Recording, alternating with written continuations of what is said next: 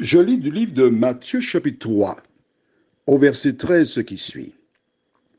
Alors Jésus vint de la Galilée au Jourdain vers Jean pour être baptisé par lui.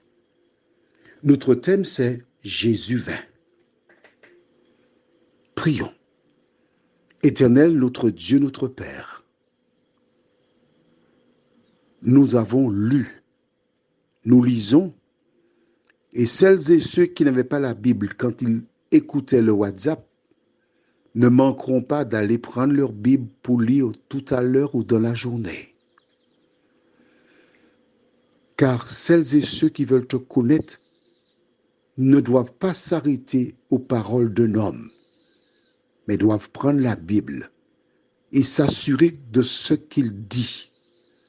Et si ces paroles ne viennent pas de la Bible, alors ces personnes doivent être suffisamment sages, intelligents pour ne pas écouter ce que dit la personne.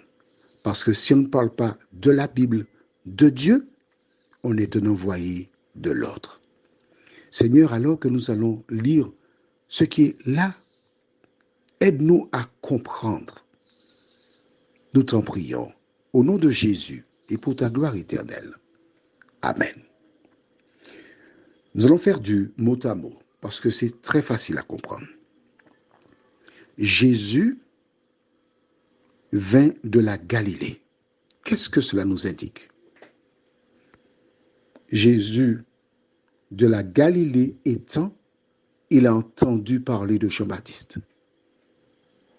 De bouche à oreille, les gens parlaient de cet homme qui avait un message. Repentez-vous, car le royaume des cieux est proche. C'est le seul message qui interpellait les auditeurs. Et ces personnes en parlaient autour d'elles. Cela faisait tache d'huile. Et Jésus est sorti de la Galilée. Ce qui montre que les gens sortaient de partout pour se rendre vers Jean-Baptiste. C'est comme aujourd'hui. Les WhatsApp arrivent à La Réunion, départ de Martinique, en Guyane, en métropole, à Madagascar, en Amérique du Nord, États-Unis, Canada, dans le Pacifique, etc. Partout. Le même message que Jean-Baptiste proclamait. Repentez-vous, car le royaume des cieux est proche. Jésus, nous rappelons, qui est le sauveur du monde. Jésus qui est Emmanuel, c'est-à-dire Dieu avec nous, a laissé la Galilée. Il a été vers Jean-Baptiste. Pourquoi? Au Jourdain, vers Jean, pour être baptisé par lui. Alors j'ai une question pour toi. J'ai toujours une question pour toi. Tu as vu ça? Mais oui.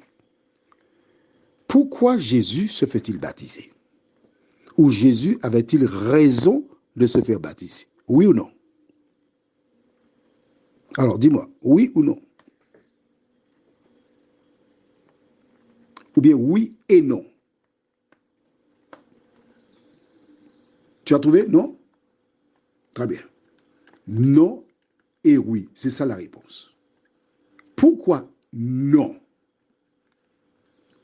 Si tu as bien suivi le cours, tu te rappelles que le message de Matthieu 3, 2, il est dit, repentez-vous car le royaume des cieux est proche. Est-ce que Jésus avait besoin de repentance? Non, il n'a pas péché. Il n'a pas péché. Alors oui, pourquoi il s'est fait baptiser? Toutes les personnes qui croient en Jésus, comment se font-elles appeler? On dit que ce sont des chrétiens. Qu'est-ce que chrétien? Une personne qui suit l'exemple du Christ. Alors Jésus devait être baptisé. Mais comment? La Bible dit, il vint. D'accord? Et je vais développer le vin, V-I-N-T. Ne va pas prendre une bouteille de vin pour dire, j'ai dit vin, V-I-N-T. Il vint. Je vais développer cela demain, si Dieu nous prête vie. Prions. Seigneur, Jésus n'a pas péché. Le baptême, c'est pour les pécheurs. Les personnes nées d'Adam et Ève, formées dans le péché, l'iniquité. Mais lui, Jésus, bien qu'il soit né de Marie, il n'a pas péché. C'était l'agneau de Dieu pur. Mais il nous a laissé un exemple. Seigneur, merci pour l'exemple. Aide-nous à comprendre que Jésus marchait pour se rendre au Jourdain. On ne l'a pas porté. Il était un adulte lorsqu'il a été vers Jean-Baptiste. Seigneur, puisque nous sommes des chrétiens, appelés à suivre l'exemple du Christ, toute autre méthode, manière, procédé est contraire à l'enseignement de la Bible. Merci d'ouvrir et de garder nos yeux ouverts, nous t'en prions. Au nom de Jésus, pour ta gloire éternelle. Amen. Je te souhaite une bonne journée.